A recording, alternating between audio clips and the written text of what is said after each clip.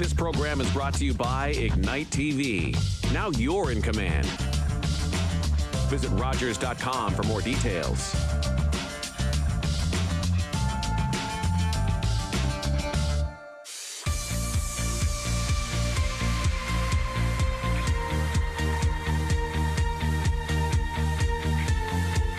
Welcome to Community Close-Up. I'm your host, Sharen Skelly, and our guest today is Jackie Ralph. And Jackie is the Supervisor of Youth Awareness and Education at CMHA.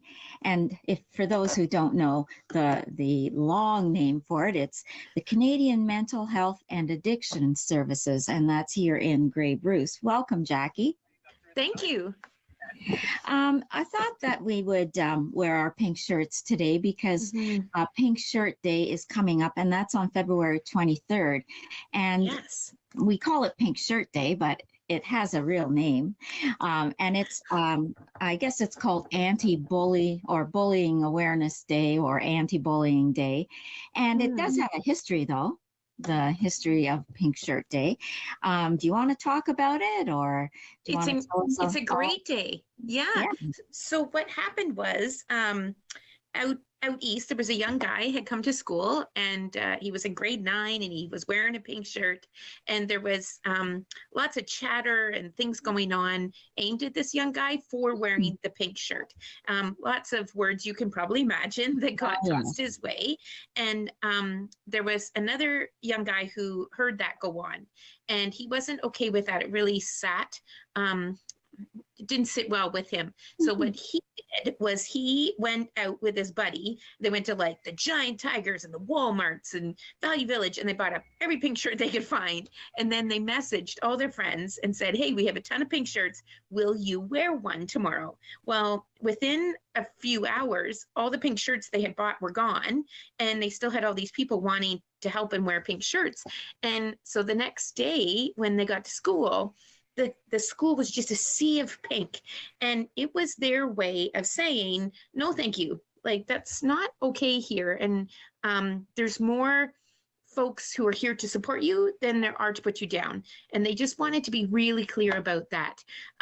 What ended up happening was a few days later, a couple of the young guys that were involved in the name calling also started to wear pink shirts as a way to say, I'm really sorry. Probably wasn't the best idea. And then that day has then grown and grown and grown into Pink Shirt Day, which is now like a Canadian-wide day, but also a second day has kind of spurred off, and that's Day of Pink.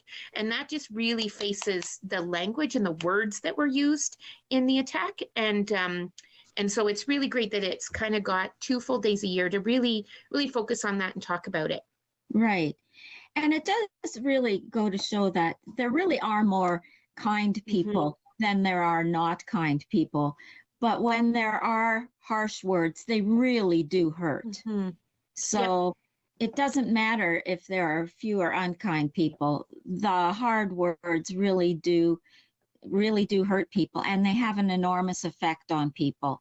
As we know from, what's the young girl? Was she in? She was out east. Yeah.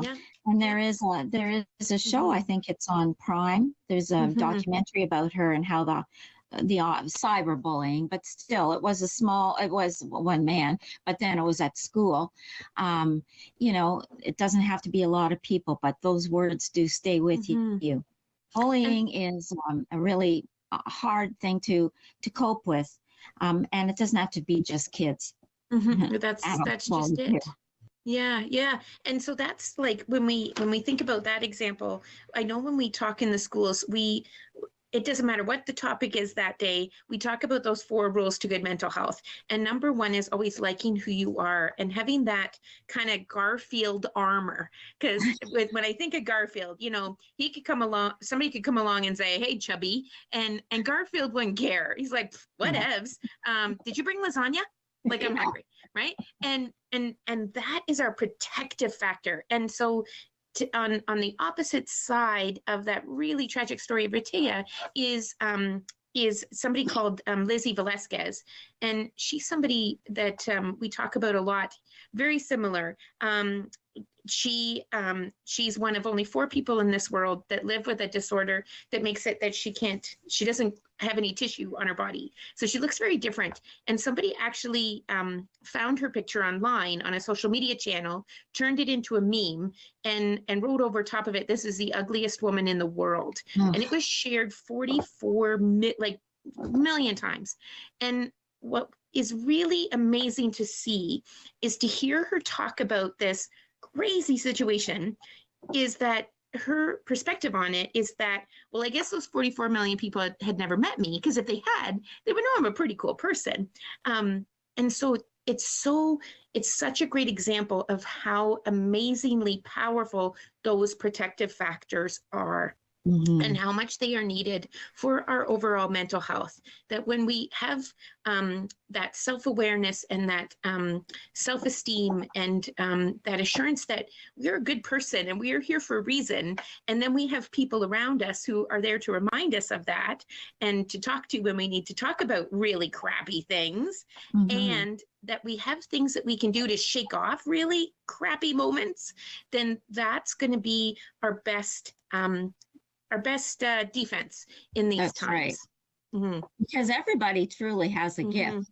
And you know, I'm 64 now, and you know, you hear people say, "If I only knew then what I know now," and right. It's true. Like I look back and I think, "Oh, I've worried about those things," and but I see that I look back and I think I see all these people that I've known throughout my life, and I've met so many wonderful people, mm-hmm. and everybody I've known has had some gift. Mm-hmm. Everybody is special. Everyone. Mm-hmm. People that think they don't, they do. Everybody has something to mm-hmm. contribute. And that's why mm-hmm. that's the message this year, right? Lift each other up.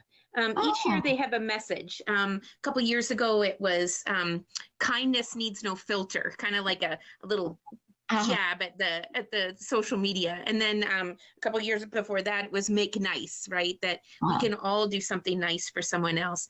And I just always appreciate those messages. Yes. And especially that lift each other up, instead of finding things that are, that we can comment about, finding things that we can celebrate. Because I always think we don't have flaws. We don't have strengths and weaknesses. We have things that we're really dang good at and things that we need help with. Every single one of us, right? Yes. If you give me directions and you use the words left and right, I'm going to get totally lost. But if you give me a map, I can get there no problem, right? I'm still not good with laces, so I cannot lie, I wear zippers on my shoes so that I can get in and out of them, things that I need help with. But I have lots of things that I'm good at, and helping each other find those things is such a gift. Right. And as we said, though, bullying, it's just such a, mm-hmm. I think that's when people, and no one chooses to bully, but when people do bully, they tend to, I think sometimes or oftentimes people that are bullies are people that are insecure themselves. And that's exactly it. So when, it's so important always to say it when you see it. It really is. But in that time, also inquire, where did it come from, right? Yes. So when we hear a comment being made, no thank you, but also a check-in, like, how are you today? Like, do you got a bunch of stuff going on, or is there something you need help with? Like, mm-hmm. Because we also are quick sometimes that when something is aimed at us to respond with anger, because that's sometimes the feeling that we have, because that's the feeling that's going off in our head. I don't like this. I don't want this. I didn't ask for this. And we can sometimes react in that anger. I know we use the Brene Brown wording a lot, that in situations that are really tough, we have to be kind. We have to be brave, and it might take a little bit of awkwardness. So when those things happen, you gotta say it if you see it, and then use that brave and awkwardness to go, what's happening, and just check in. So go that second step. Mm-hmm. Don't just sort of be a snitch. But be kind. Yeah, go that second step and not just say, you know, I'm going to report it, but you're also going to try and be kind and say, well, maybe this person that's being so mean and mean-spirited, maybe they are having a challenging day. Maybe they're you know, they're having a hard time, and maybe they need a kind word. Sharen, you know, we ask for help in very unhelpful ways sometimes. And maybe we think we're waving a flag that's, you know, 10 feet by 10 feet. And we think we've got a big old sign over our head that says, help me. But maybe it's not being seen and it's not being noticed. That's right. So, Now, I remember when I was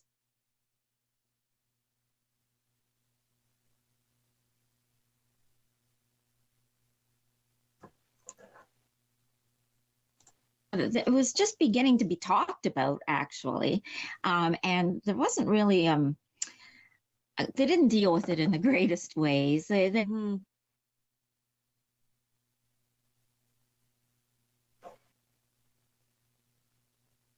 really a uniform way of dealing with it, and sometimes they would choose not the healthiest ways, and if they would go ahead and they would bring in the person that was doing the bullying and talk to them, or they would say, well, let's bring in both of the parties. And it was just, you know, there was just so many awkward moments.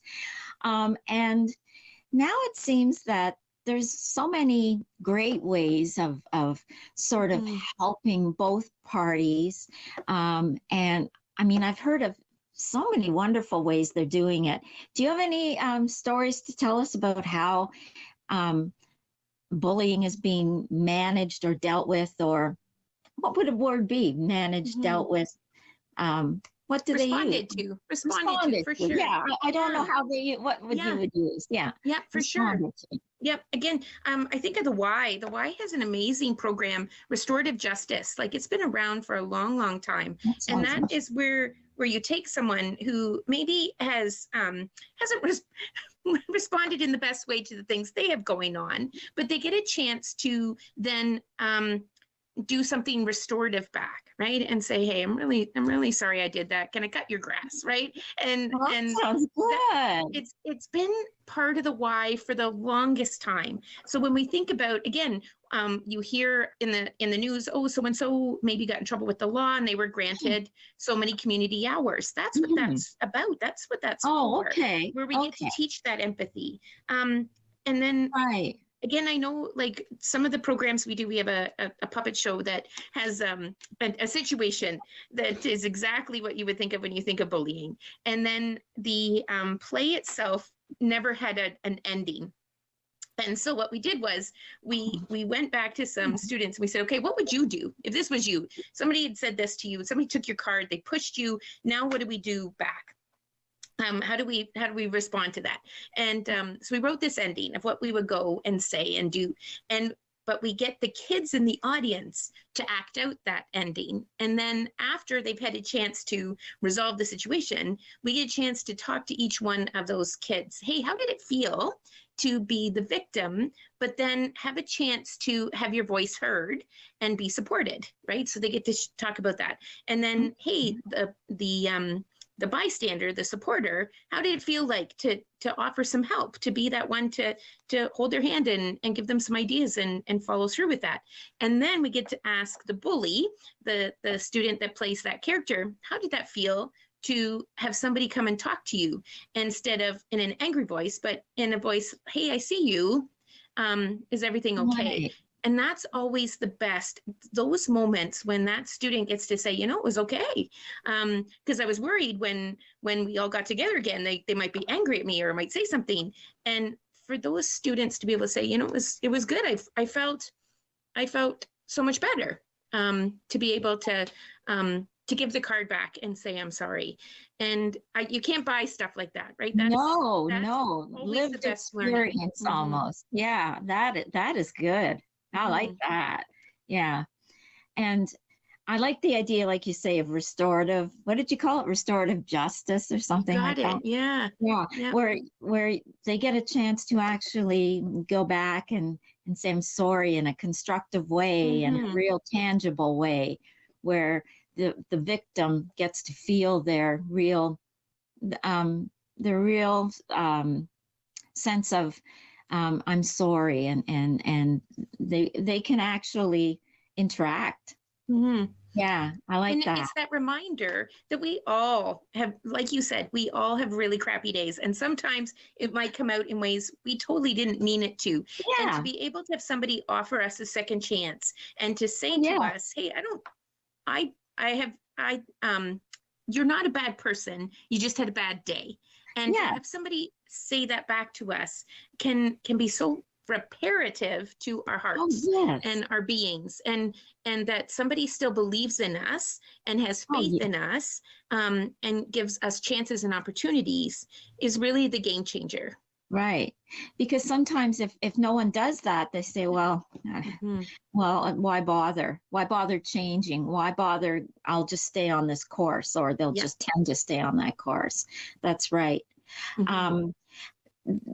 So with all of this, what we're doing, you know, with the shirts and all of this sort of thing, have there been changes? Have they kept, you know, data on bullying, you know, because, you know, it's something that it has been a problem, and it obviously has made, you know, children self-harm. It is a significant problem.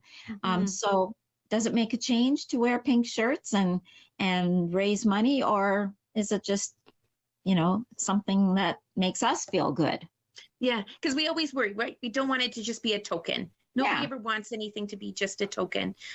So unfortunately, there's never any stats to say to be able to show, okay, this didn't happen when it could have. Those are stats that are really tricky to measure. But what it does show is visibility, and that's really, really important. Is that when we're visible out in the community, and there's like we want to make sure we have signs up all the time around safe spaces, and that we're an ally. We're here if you need us. And the more we say that over and over and over again, the more people are going to reach out when they need it. So I think in terms of statistics, the best one I can ever give is actually from Kids Help Phone. And so when we look at we're just all human beings. Things are still going to happen. We're never going to eliminate bullying. We just aren't. But what we can show is the amount of people reaching out in these moments is definitely going up. So Kids Help Phone in 2019 had 1.9 million calls, and they were kind of getting ready to hit the 2 million mark. And then the pandemic happened. And all of a sudden, their number of calls went to 4.2 million. And in those moments, an average of 4 rescues a day now went up to about 15. That you might look on that one side and go, wow, that's a lot of kids that are really dealing with a ton of stuff.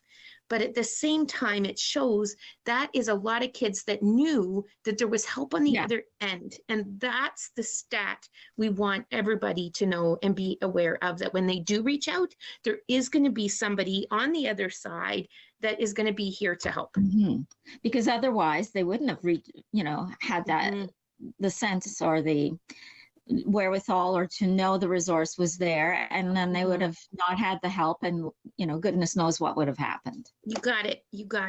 Yeah. So they did reach out for help, and that's why I had that down here. Kids Help Phone, another resource. Well, I remember when it came out. Like, I have a daughter who's 40. Oh, she'll hate to know that I just announced that she's going to be 40. Sorry, Bridie, but she's going to be 40, and all her friends that are going to be 42. Sorry, kids. But I remember when the Kids Help Phone came out, and it was new, and kids were saying, well, I'm going to call the Kids Help Phone, but they weren't, using it for the right thing. They were, I'm going to tell on you, but that's not what it was meant for. It was meant for kids that were really struggling. And it wasn't meant because I told that, you can't go to the dance because you didn't follow through on what we had planned this week. And they'd say, well, I'm calling the Kids Help Phone. That's not what it was meant for.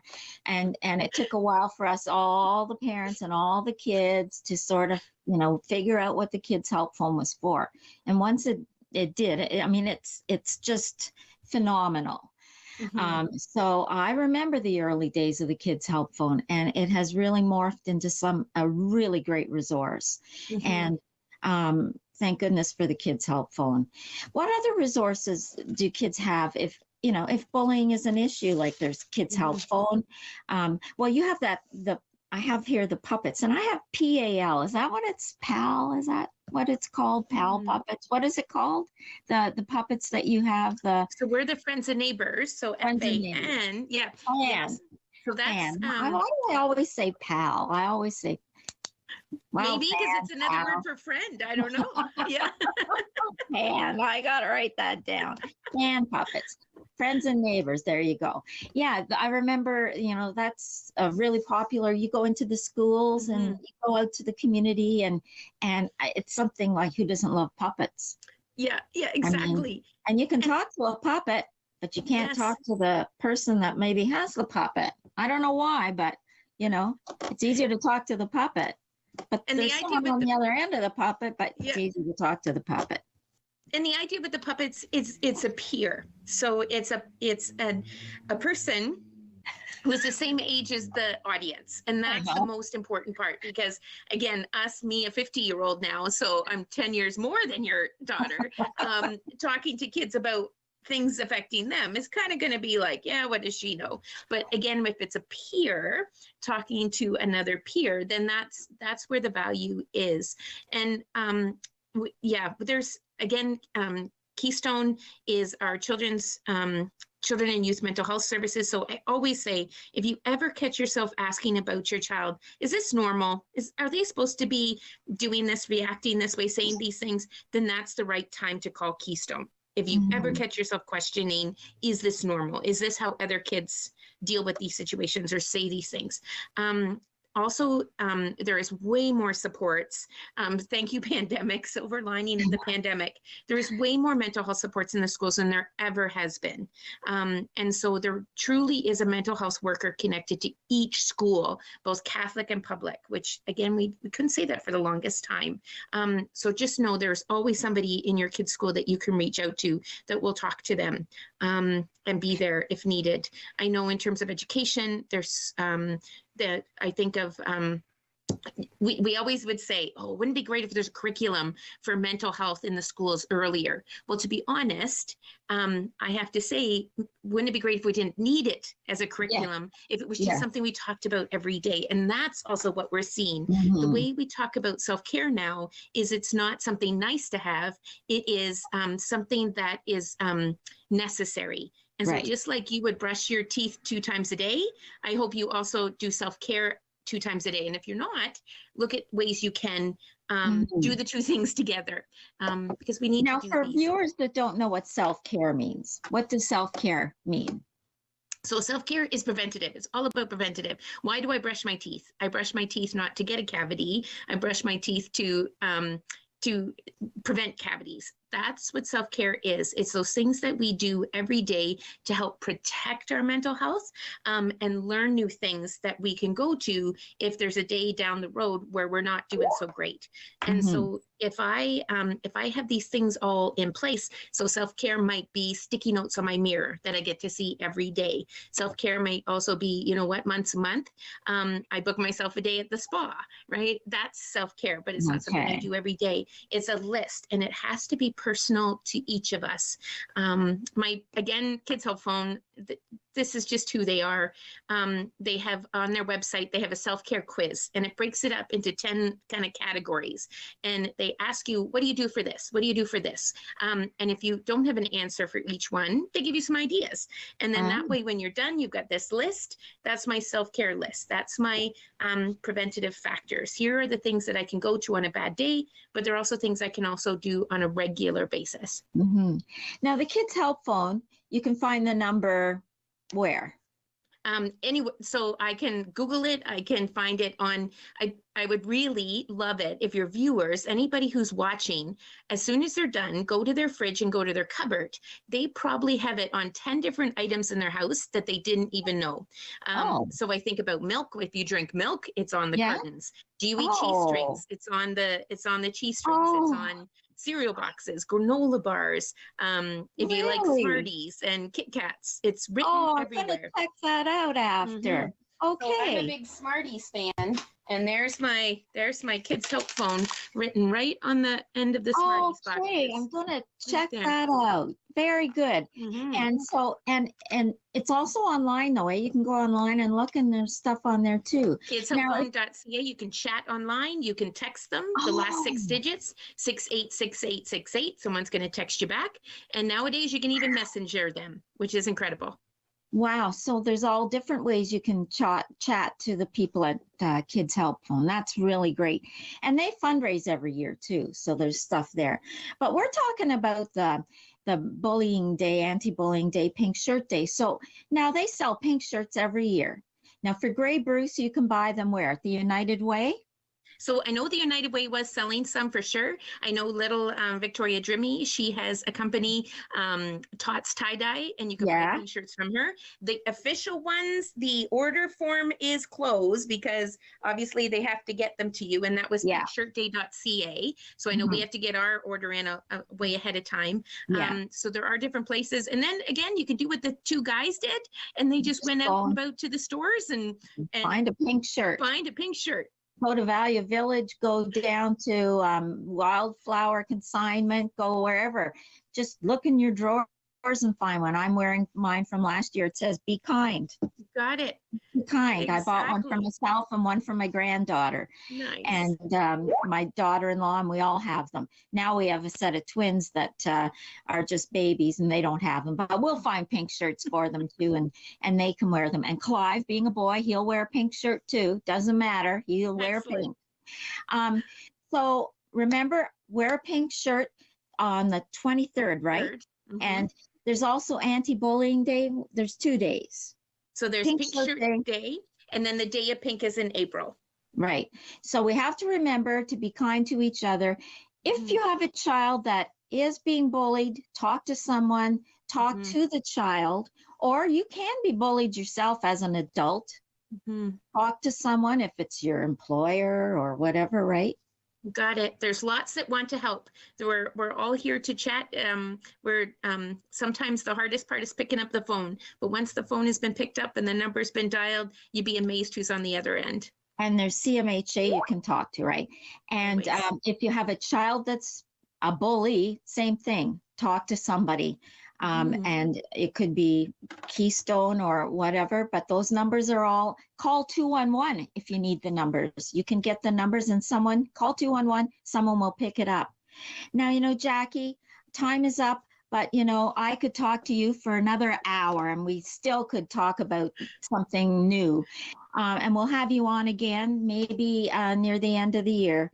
And to our viewers, thank you for joining in. Join us again next time. Remember, it's your community, so take part. And please be safe out there. Get vaccinated if you haven't already, or get your booster, wear your masks, wash your hands. Join us again here next time on Rogers TV. I'm your host, Sharen Skelly. Thank you again, Jackie. See you again next time here on Rogers TV. Bye for now.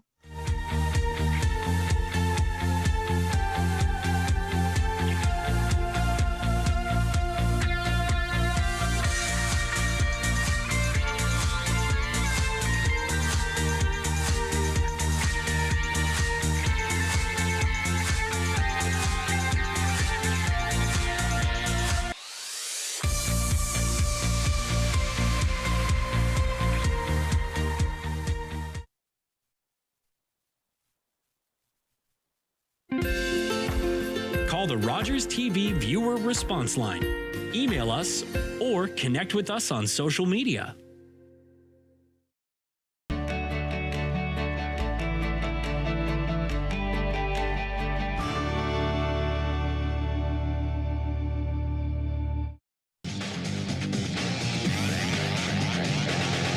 Hi, I'm Thomas Shade, a right wing with the Owens Attack. Go behind the scenes with your favorite team on Attack Rap every Tuesday on Rogers TV. Have you heard of next week's spelling bee? Well, I think you should sign up for it. You good, girl? I'm good. You good? Yeah, you me.